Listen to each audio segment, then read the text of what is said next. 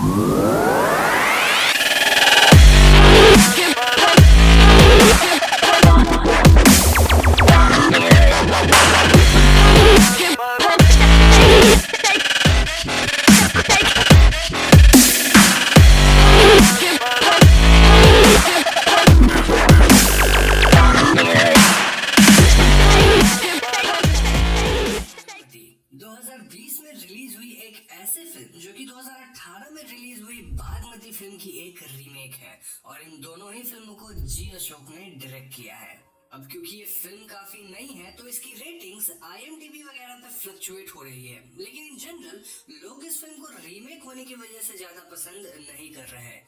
Durgavati film Amazon prime पे available है और ऐसे में आप इस एक्सप्लेनेशन को देखने से पहले फिल्म को जरूर देख लें, क्योंकि इस एक्सप्लेनेशन में मैं फिल्म की स्टोरी एक्सप्लेन करने वाला हूँ जिसमें मेजर स्पॉयलर्स होंगे। So now with that said, let's roll the intro. तो दोस्तों, फिल्म की शुरुआत में हम एक गांव का सीन देखते हैं जहां गांव वाले एकदम डरे डरे से थे। कुछ ही देर बाद गांव वालों पे कोई तो बेरहमी से अटैक करता है और ऐसे में हम व्यूअर्स को ये नहीं दिखाया जाता कि ये अटैक किसने किया है। यहाँ से सीन शिफ्ट होकर ईश्वर प्रसाद नामक इंसान पे फोकस करता है जो कि सेंट्रल वाटर रिसोर्सेज मिनिस्टर था। ईश्वर ने एक प्रेस कॉन्फ्रेंस बुला रखा था जहां हमें पता चलता है कि उनके राज्य में पिछले 6 महीनों में 12 मंदिरों से भगवान की प्राचीन मूर्तियां चोरी हुई है। ईश्वर कहता है कि अगर उसने 15 दिनों में ये भगवान की मूर्तियां खोज न ली तो वो राजनीति छोड़ देगा। उसके जाने के बाद पार्टी को अजय नाम का बंदा संभालेगा जो कि ईश्वर का कोई सगा नहीं था बल्कि एक आम किसान का बेटा था। ईश्वर यहाँ चीफ मिनिस्टर को भी टारगेट करता है और ये सब देखकर हम भी उसको ऐसा लगता है कि मानो ईश्वर एक बहुत ही ईमानदार और कर्मठ पॉलिटिशियन है। वहीं दूसरी तरफ ईश्वर के इस भाषण से सीएम काफी विचलित थे और वो ईश्वर को किसी फ्रॉड में फंसाने के लिए शताक्षी गांगुली को बुलाते हैं जो कि सीबीआई की जॉइंट डायरेक्टर थी। शताक्षी फौरन ही एक टीम बिठाकर ईश्वर के खिलाफ कुछ तो बुरा खोजने की कोशिश करती है, लेकिन ईश्वर का पॉलिटिकल करियर एकदम क्लीन था। यहाँ शताक्षी बताती है कि जिन 12 मंदिरों से मूर्तियां चोरी हुई हैं, उस शहर में चोरी के दिन ईश्वर जरूर मौजूद था। यानी कि कभी वो किसी योजना का उद्घाटन कर रहा था तो कभी किसी सोशल वेलफेयर स्कीम में पार्टिसिपेट कर रहा था, लेकिन इस छोटे से कोइंसिडेंस के दम पर ईश्वर को टारगेट करना पॉसिबल नहीं था। इसीलिए शताक्षी IAS चंचल चौहान को इंटरोगेट करने का प्लान करती है जो कि फिलहाल तो जेल में थी, लेकिन चंचल ने 10 साल ईश्वर के साथ उनकी पर्सनल सेक्रेटरी बन के काम कर रखा था। अब आप यहाँ पूछ सकते हैं कि भाई चंचल जेल में क्यों थी? तो वेल, चंचल के ऊपर अपने पति को शूट करके मार डालने का इल्जाम था और चंचल के पति का भाई ACP अभय सिंह था जो कि मूर्ति चोरी वाले केस पे काम कर रहा था। अभय को जानबूझकर इस केस में रखा गया था ताकि उसकी चंचल से पर्सनल प्रॉब्लम्स को सीबीआई यूटिलाइज कर सके। खैर, सीबीआई वाले लोग चंचल को पास वाले गांव के दुर्गामती हवेली में इंटरोगेट करने का प्लान बनाते हैं क्योंकि इस हवेली को लोग भूतिया मानकर यहाँ नहीं आते थे। लोगों का मानना था कि दुर्गामती इस इलाके की रानी हुआ करती थी जो कि अमावस की रात उन लोगों की बलि चढ़ाती थी जो उनके खिलाफ आवाज उठाता था, लेकिन रानी दुर्गामती के दुश्मनों ने उन्हें मार डाला जिसके बाद उनकी आत्मा आज भी उस हवेली में भटकती है। सीबीआई वाले फौरन ही चंचल को दुर्गामती हवेली पे लेके आते हैं और यहाँ हम व्यूअर्स देख पाते हैं कि ACP अभय सिंह चंचल से बहुत नफरत करते थे क्योंकि चंचल के ऊपर उनके भाई को मारने का इल्जाम था। इस हवेली में चंचल के साथ हवलदार नंदू, गोपी, पीतल देवी और वॉचमैन रहने वाला था क्योंकि चंचल यहाँ कुछ दिन बिताने वाली थी। अब हवेली में इंटर करते ही कुछ अजीब चीजें होती हैं, लाइक एक काले कौवे का मरना, दिया का बुझना, हवलदार का अपना आपा खोना इत्यादि। हम व्यूअर्स को भी ऐसा फील होता है कि हवेली में चंचल पे कोई तो नजर रख रहा है और चंचल यहाँ एक बड़े से दरवाजे को खोलने की कोशिश करती है। तभी वहाँ कंचन नामक औरत आती है जो कि वॉचमैन की वाइफ थी और कंचन के ऊपर सबके भोजन पानी की जिम्मेदारी थी। इंटरोगेशन शुरू होता है और हम व्यूअर्स देख पाते हैं कि सीबीआई वालों ने हवेली के हर एक कमरे में कैमरा लगा दिया था। पूछताछ के दौरान चंचल बार बार कहती है कि ईश्वर प्रसाद एक बहुत ही ऑनेस्ट पॉलिटिशियन है। इनफैक्ट उन्होंने तो अपने घर वालों को, भाई तक को खुद से अलग कर दिया क्योंकि वो सिर्फ जनता की सेवा करना चाहते थे। शताक्षी को चंचल से ईश्वर के खिलाफ कुछ नहीं मिलता और वो अपनी इंटरोगेशन को नेक्स्ट डे कंटिन्यू करने का सोचती है। उस रात हवेली में चंचल दुर्गावती की एक पुरानी किताब पढ़ती है और यहाँ उसकी रिंग भी गिर के एक कमरे में चली जाती है। रिंग को निकालते वक्त चंचल को कुछ एबनॉर्मल फील होता है और कुछ ही सेकंड्स बाद हम व्यूअर देख पाते हैं कि चंचल पे कोई अदृश्य शक्ति अटैक कर देती है। चंचल भागकर नंदू और गोपी से हवेली का डोर ओपन करने कहती है, लेकिन वो लोग एसीपी के ऑर्डर की वजह से दरवाजा नहीं खोलते। चंचल अपनी पूरी रात हवेली के दरवाजे पे बिताती है और उसे कई विजिबल चोट लगे थे। नेक्स्ट डे इंटरोगेशन फिर से शुरू होता है और आज भी चंचल ईश्वर के खिलाफ कुछ नहीं बोलती। चंचल अपने बयान के दौरान काफी कॉन्फिडेंट थी और एक झूठ बोलने वाला इंसान इतना कॉन्फिडेंटली नहीं बोल सकता अनटिल अनलेस उसने इस चीज की ट्रेनिंग ले रखी हो। खैर, उस रात हवेली में चंचल एक बड़ा सा तस्वीर देखती है जिसमें एक औरत ने फांसी लगा रखा था। इसके ठीक बाद चंचल वहां एक फिल्म और प्रोजेक्टर देखती है एंड अगेन उस पर कोई अदृश्य शक्ति अटैक करती है। चंचल के चिल्लाने की आवाज सुनकर गोपी और नंदू अंदर आते हैं और वो लोग भी चंचल को किसी अदृश्य शक्ति द्वारा मार खाते हुए देखते हैं। चंचल अपने आप ड्रैग होकर एक कमरे में चली जाती है जिसे देखकर दोनों हवलदार काफी डर जाते हैं। इसके ठीक बाद चंचल रानी दुर्गावती के अवतार में सामने आती है और उसे देखकर ऐसा लग रहा था कि दुर्गावती के स्पिरिट ने चंचल को पजेस कर लिया है। दुर्गावती का कहना था कि वो चंचल को बाहर जाने नहीं देगी और वो नंदू और गोपी पे काइंड ऑफ अटैक करती है। नेक्स्ट मॉर्निंग सीबीआई वाले ये सब कैमरा फुटेज में देखते हैं और यहाँ हमें पता चलता है कि नंदू हॉस्पिटलाइज्ड हो गया है। दूसरी तरफ हम व्यूअर्स ईश्वर को एक टेंपल विजिट करते देखते हैं और उस टेंपल से 35 किलोमीटर दूर एक मंदिर में मूर्ति की चोरी हो रही थी।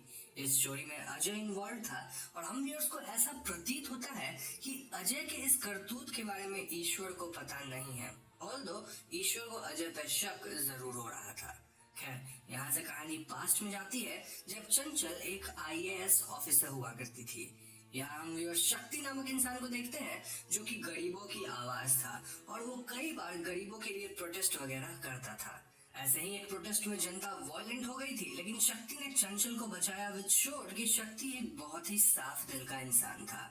शक्ति स्टैनफोर्ड से एमबीए किया था, लेकिन वो अपनी यूएस वाली नौकरी को छोड़कर इंडिया में गरीबों की मदद करने आया था। शक्ति के भाई एसीपी अभय सिंह थे और धीरे धीरे हम देखते हैं कि कैसे चंचल शक्ति को पसंद करने लग गई थी। इन दोनों की शादी भी हो जाती है, लेकिन ये सब देखकर हमारे मन में एक सवाल आता है कि आखिर चंचल ने शक्ति को क्यों मार डाला। Coming back in present time, हम व्यूअर्स चंचल को हवेली में देखते हैं जिससे मिलने एक डॉक्टर आए थे। डॉक्टर चंचल से दुर्गावती के बारे में सवाल करते हैं और वो कुछ ऐसी बातें बोलते हैं जिससे चंचल के अंदर की दुर्गावती ट्रिगर हो जाए। ठीक वैसा ही होता है और हम भी उस दुर्गावती को चंचल के ऊपर हावी होते देख पाते हैं। रानी दुर्गावती डॉक्टर पे काइंड ऑफ अटैक करती है और वो अपने पास्ट की कहानी हमें सुनाती है। इस कहानी में हम व्यूअर्स जान पाते हैं कि रानी दुर्गावती मराठी साम्राज्य को चलाती थी और उन्होंने 12 साल की उम्र में ही तलवार उठा लिया था। उनके साम्राज्य में बाज शाहबाज नामक एक इंसान ने उन्हें धोखा दिया, जहां पहले तो वो रानी का भरोसा जीता, जिससे रानी दुर्गावती ने उसे सेनापति बनाया। सेनापति बनते ही बाज ने सर्वशक्ति को मारकर सेना पे कब्जा कर लिया, जिसके बाद वो दुश्मनों के साथ मिलकर महती साम्राज्य को लूट लिया। जब रानी दुर्गावती ने उसे रोकने की कोशिश करी तो उसने रानी को ही मेंटली अनस्टेबल बोलकर हवेली में कैद कर दिया।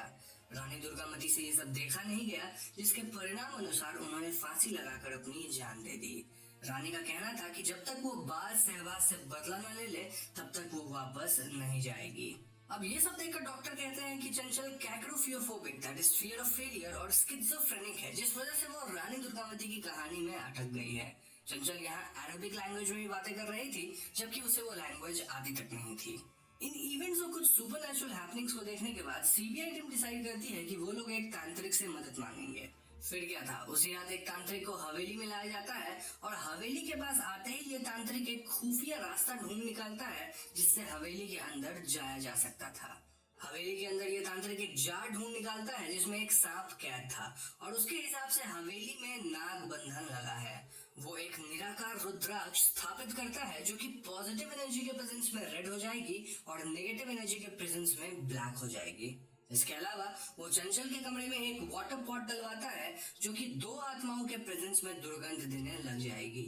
इन सभी प्रोसीजर्स को कंप्लीट होने में 2 दिन लगेंगे, जिससे कंफर्म हो जाएगा कि हवेली में किसी आत्मा का निवास है। एंड यस, ये तांत्रिक इस आत्मा को भगाने में सक्षम नहीं था। एनीवेज नेक्स्ट डे सीबीआई फिर से चंचल को इंटरोगेट करती है और यहाँ हम व्यूअर्स को प्राणधारा धारा प्रोजेक्ट के बारे में पता चलता है जिसपे ईश्वर प्रसाद काम कर रहे थे। ये प्रोजेक्ट अहलूवालिया ग्रुप को मिला था और इस प्रोजेक्ट में एक डैम बनता जिसका लाभ 135 गांव को होता। इनफैक्ट इस प्रोजेक्ट की मदद से लोगों को बिजली और उपजाऊ जमीन भी मिलती। नाउ सताक्षी को इस प्रोजेक्ट के इंटेंशंस पे शक था, लेकिन चंचल क्लियरली बोलती है कि ये प्रोजेक्ट जनता की भलाई के लिए है और ये अहलूवालिया ग्रुप को इसलिए मिला क्योंकि उन्होंने सबसे कम प्राइस कोट किया था। एनीवेज यहाँ से सीन शिफ्ट होकर एसीपी अभय सिंह पे फोकस करती है, जहाँ हमें पता चलता है कि चंचल जल्द ही छूट जाएगी क्योंकि उसने सेल्फ डिफेंस में शक्ति को मारा था। ये जानकर एसीपी को गुस्सा आता है और वो रात को हवेली जाता है ताकि वो चंचल को मार सके। हवेली में उसे निराकार रुद्राक्ष काला मिलता है और चंचल के कमरे वाले पानी से बदबू आ रही थी। दिस मेंट की हवेली में किसी आत्मा का साया है और यहाँ एसीपी के साथ भी कुछ अजीबोगरीब घटनाएं होती हैं। इनफैक्ट एसीपी चंचल को फांसी पर देखता है और वो किसी तरह चंचल को बचाते हुए खुद को शैंडलियर से बचाता है। चंचल पे यहाँ कोई अदृश्य शक्ति अटैक कर रही थी और हम भी उसे अपने आप ड्रैग होते हुए और खुद को नेल करते हुए भी देखते हैं। उसके चीख से कांच तक टूटता है एंड वहां आग तक लग जाती है। इस आग में दुर्गामती की किताब भी जल जाती है and the next scene that we see is कि एसीपी अभय हॉस्पिटल में है और वो चंचल को किसी तरह बचाकर हॉस्पिटल ले आए। इस पॉइंट पे सीबीआई टीम के पास कुछ प्रूव करने को बचा नहीं था और वो भी मानने लगे थे कि चंचल इज आइदर पजेस्ड और मेंटली अनस्टेबल। सताक्षी तो ये तक मानने लग गई थी कि ईश्वर सच में काफी ऑनेस्ट इंसान है जिसको जबरदस्ती फंसाना पॉसिबल नहीं है। But then she notices something. दूसरी तरफ ईश्वर प्रसाद चंचल से मिलने एक साइकियाट्रिक हॉस्पिटल में आते हैं क्योंकि चंचल को वहीं रखा गया था और हम व्यूअर्स देख पाते हैं कि चंचल काफी डरी डरी सी थी। ईश्वर चंचल से अकेले में मिलते हैं और यहाँ एक बहुत बड़ी ट्विस्ट आती है। जी हाँ दोस्तों, हमें पता चलता है कि चंचल अब तक पजेस्ड होने का नाटक कर रही थी और वो ये सब ईश्वर के कहने पे कर रही थी। दरअसल अहलूवालिया ग्रुप ने ईश्वर को 1800 करोड़ रुपए दिए थे ताकि वो 135 गांव को खाली करवा के डैम बनाने का काम शुरू करवाए। ऐसा इसीलिए क्योंकि उनमें से 8 गांव के नीचे बॉक्साइट दबा था जिसको अगर माइन किया जाए तो उसकी कीमत हजारों करोड़ में थी। ईश्वर ने चंचल को 1800 करोड़ में से 300 करोड़ ऑफर किए थे ताकि वो ये सब नाटक करते हुए ईश्वर को हमेशा निर्दोष और बहुत ही अच्छा इंसान बताए। ये 1800 करोड़ फिलहाल चंचल के अकाउंट पर रखे गए थे ताकि चंचल को ये ना लगे कि ईश्वर उसके साथ भी धोखा करेगा। तो अब समय आ गया था कि चंचल सिग्नेचर करके ईश्वर के 1500 करोड़ लौटा दे और वो अपना नाटक जारी रखे क्योंकि 6 महीने बाद वो छूट ही जाएगी। इस पॉइंट पे हम ईश्वर के बुरे साइड को देख पाते हैं जहां वो चंचल को उसके 300 करोड़ भी न देने का सोच रहा था और वो अपनी हॉलीडे स्विट्जरलैंड वगैरह में मनाने का प्लान कर रहा था। उसने ये पैसा चंचल के अकाउंट पे इसलिए रखवाए थे ताकि अगर वो फंसे तो वो सारा ब्लेम चंचल पे डाल सके। एंड एनीवेज पैसा तो चंचल के अकाउंट पे है ना, तो फंसेगी चंचल ही। जनता के सामने वो ऐसे नाटक कर रहा था मानो उसे लोगों की और चंचल की बहुत फिक्र है, लेकिन उसे बस अपने 1800 करोड़ से मतलब था। मोरओवर हम ये भी समझ पाते हैं कि ईश्वर ने ही उन 12 मंदिरों से मूर्तियां चोरी करवाई थी अजय की सपोर्ट से ताकि वो उन्हें फॉरेन ऑक्शंस में भारी दामों पे बेचकर पैसे कमा सके। दूसरी तरफ सताक्षी वापस से हवेली जाती है और वो समझ जाती है कि यहाँ जो कुछ भी चंचल के साथ हो रहा था वो सब रिग्ड था, यानी कि चंचल की रानी दुर्गामती वाली कहानी फेक थी जो कि उसने वहाँ आसपास लिखे कुछ शब्दों को देखकर बना दिया था, द यूजुअल सस्पेक्ट स्टाइल। चंचल का अपने आप ड्रैग होना ये सब वायर्स का कमाल था और सीबीआई का एक ऑफिसर भी ईश्वर के साथ मिला हुआ था जो उसे पल पल की खबरें देता था। इसी ऑफिसर के कारण ईश्वर को पहले ही पता चल गया था कि सीबीआई चंचल को इंटरोगेट करेगी और इसीलिए ईश्वर पहले ही चंचल के साथ मिलकर प्लान बना लिया था। इनफैक्ट नंदू भी चंचल की मदद कर रहा था और चंचल सब कुछ परफेक्टली एग्जीक्यूट करके पूरी सीबीआई टीम को झांसा दे दी थी। यहाँ से कहानी फिर से पास्ट में जाती है जहाँ हम देख पाते हैं कि डैम कंस्ट्रक्शन के लिए 135 गांव को खाली किया जा रहा था और शक्ति यहाँ नोटिस करता है कि पन्ना गांव के साथ साथ 7 ऐसे गांव के लोग थे जिन्हें गवर्नमेंट की तरफ से पैसे मिले थे। शक्ति तुरंत समझ जाता है कि दाल में कुछ काला है और ऐसे में वो पन्ना गांव के लोगों को गांव खाली करने से मना करता है। शक्ति वहाँ के इरिगेशन ऑफिसर को मारता है और वो अपनी पत्नी चंचल को फोन करके उस पर भड़कता है। चंचल फौरन शक्ति से मिलने आती है और यहाँ शक्ति रिवील करता है कि उसकी गवर्नमेंट 8 एक्स्ट्रा गांव के लोगों को जगह खाली करने के लिए पैसे दे रही है। इस बात का पता चंचल को भी नहीं था और तभी वहाँ ईश्वर अपने गुंडों के साथ आता है। ईश्वर बताता है कि उन 8 गांव के नीचे बॉक्साइट है जिससे वो 1800 करोड़ कमाएगा और ऐसे में वो शक्ति को अपने रास्ते से हटाना चाहता था। यहाँ शक्ति और ईश्वर के बीच लड़ाई होती है और इस लड़ाई में ईश्वर ओवर पावर कर जाता है। वो चंचल से अपने पति शक्ति को शूट करने कहता है, वरना वो पन्ना गांव के लोगों को मरवा देगा जो कि फिलहाल उसके कब्जे में है। अब चंचल रोते हुए शूट नहीं कर पाती और इसीलिए ईश्वर गांव के कुछ लोगों को मारता है। और दोस्तों ये वही सीन है जिसे हमने मूवी के स्टार्टिंग में देखा था, जहां गांव के लोगों को मारा जा रहा था। शक्ति से ये सब देखा नहीं जाता क्योंकि वो गांव के लोगों से बहुत प्यार करता था, तो उन्हें बचाने के लिए वो चंचल के हाथ से खुद को शूट कर लेता है। जी हाँ दोस्तों, चंचल अपने पति के मर्डर केस में फंस जाती है जो कि उसने किया भी नहीं था और इसी वजह से उसे जेल भी हुई थी। अब आप यहाँ सोच रहे होंगे कि अगर ईश्वर ने चंचल के साथ इतना बुरा किया था तो चंचल अभी उसका साथ क्यों दे रही है। चंचल उसका साथ नहीं दे रही है बल्कि कुछ और कर रही है, लेकिन वो क्या कर रही है ये आपको 1 से 2 मिनट में पता चल जाएगा। प्रेजेंट में ईश्वर का पीए चंचल से 1800 करोड़ रुपए के लिए साइन लेने जाता है, लेकिन चंचल पेन को उसके हथेली में घुसेड़ देती है। ये देखकर ईश्वर चंचल से फिर से बात करने जाता है, जहां चंचल साइन तो करती है लेकिन वो सिग्नेचर में दुर्गामती लिखती है। जी हाँ दोस्तों, चंचल एक्चुअली में डबल गेम खेल गई थी जहां वो ऐसा एक्ट कर रही थी as if she is helping Ishwar, लेकिन असल में वो उसे फंसा रही थी। उसने अपने इंटरोगेशन के दौरान इनडायरेक्टली कई हिंट्स दिए थे जिससे सताक्षी को ईश्वर के बारे में पता चल सके।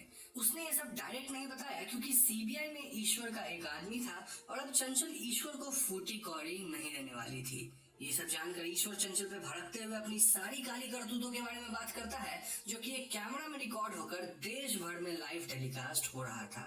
ऐसा करते ही ईश्वर वॉज एक्सपोज्ड और उसके घर से चोरी हुई मूर्तियां भी बरामद कर ली जाती है। पन्ना गांव के लोगों को भी ईश्वर के गुंडों से छुड़ाया जाता है and Ishwar was all trapped now. अपनी बर्बादी का तमाशा देखकर ईश्वर चंचल पे गन तान देता है और चंचल बड़ी चालाकी से खुद को ईश्वर के गन से हाथ पर शूट कर लेती है, जिस वजह से एसीपी अभय को ईश्वर को वहीं पे शूट करके मारना पड़ता है। चंचल फाइनली राहत की सांस लेती है क्योंकि उसने शक्ति का बदला ले लिया था और ईश्वर जैसा करप्ट इंसान एक्सपोज हो चुका था। नाउ इस पॉइंट पे हम उसको लगता है कि ये फिल्म खत्म हो गई है, लेकिन अभी फिल्म में 1-2 और ट्विस्ट्स बाकी है। फॉर एग्जाम्पल, नंदू चंचल को हमेशा से मदद कर रहा था। सीबीआई को ईश्वर और मूर्ति चोरी की पैटर्न के बारे में चंचल ने ही सीक्रेटली नोटिफाई किया था और जिस रात एसीपी चंचल को मारने हवेली गया था उस रात चंचल ने सब सच एसीपी को बता दिया था।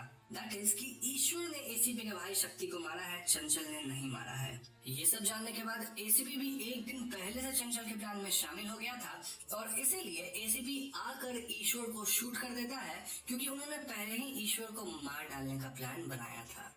यहाँ हमें पता चलता है कि चंचल को बचपन से मैजिक वगैरह का शौक था एंड दैट इज वाई वो ये सब ट्रिक्स दुर्गामती हवेली में कर पाई। उसने निराकार रुद्राक्ष और पानी तक को रिप्लेस कर दिया था ताकि सभी को लगे कि हवेली में कोई आत्मा है। रही बात 1800 करोड़ की, तो इस पैसे को ये लोग शक्ति फाउंडेशन में लगाते हैं जिससे गरीबों की मदद की जा सके। अब दोस्तों इस पॉइंट पे 2 बात अभी भी अनक्लियर थी। पहली ये कि एंड में एसीपी के आने के पहले ही ईश्वर को एक गोली लग चुकी थी, तो वो गोली किसने मारी। दूसरी बात यह कि चंचल हवेली में अरबिक कैसे बोल पाई जबकि उसे अरबिक आती तक नहीं थी। यहाँ चंचल बोलती है कि उसे सचमुच अरबिक नहीं आती और उसने ईश्वर को शूट नहीं किया था। दोस्तों यहाँ हम व्यूअर्स को एक फाइनल ट्विस्ट देखने को मिलता है जहाँ हमें हवेली के कुछ सीन्स दिखाए जाते हैं जिससे एकदम क्लियर था कि उस हवेली में सचमुच रानी दुर्गावती की आत्मा थी जो कि चंचल को कभी कभी कंट्रोल कर रही थी। हम दुर्गामती की परछाई को अपने आप मुंह होते देख पाते हैं और एंड सीन में दुर्गामती ने ही चंचल को ओवर पावर करके ईश्वर पे गोली चलाई थी। सो बेसिकली फिल्म में जो कुछ भी हो रहा था उसमें दुर्गामती के रूह का भी थोड़ा बहुत हाथ था जो कि अच्छे लोगों का साथ दे रही थी। मूवी यहीं पर खत्म हो जाती है। तो दोस्तों ये थी दुर्गामती फिल्म की कहानी और इस फिल्म में कुछ थियरीज वगैरह नहीं है बल्कि एवरीथिंग इज क्वाइट क्लियर। मुझे पर्सनली ये फिल्म उतनी कुछ खास नहीं लगी। मैंने पहले ही बागमती देख रखी है तो मेरे लिए यहाँ कुछ नया नहीं था और इस फिल्म के इवेंट्स खुद को क्लेवर वे में पोर्ट्रे करने के चक्कर में ओवरडू कर देते हैं। यहाँ हर 10 मिनट्स में आपको एक नया ट्विस्ट देखने को मिलेगा जो कि एंड तक थोड़ा ज्यादा ही हो जाता है। अगर आपने बागमती नहीं देख रखी है तो आप दुर्गावती फिल्म को एक बार जरूर चेक कर सकते हैं, वरना there is nothing new for you here. ध्यान रहे कि this is not a review, in fact I don't give a review, ये सब बस मेरे ओवर द टॉप थॉट्स है फॉर यू टू डिसाइड। तो दोस्तों आज की वीडियो में बस इतना ही। वीडियो पसंद आई हो तो इसे लाइक और शेयर करें, और जाने से पहले हमारे चैनल को सब्सक्राइब करके बेल आइकॉन को जरूर दबा दीजिएगा, क्योंकि हम अपने चैनल पर ऐसे वीडियोस लाते रहते हैं।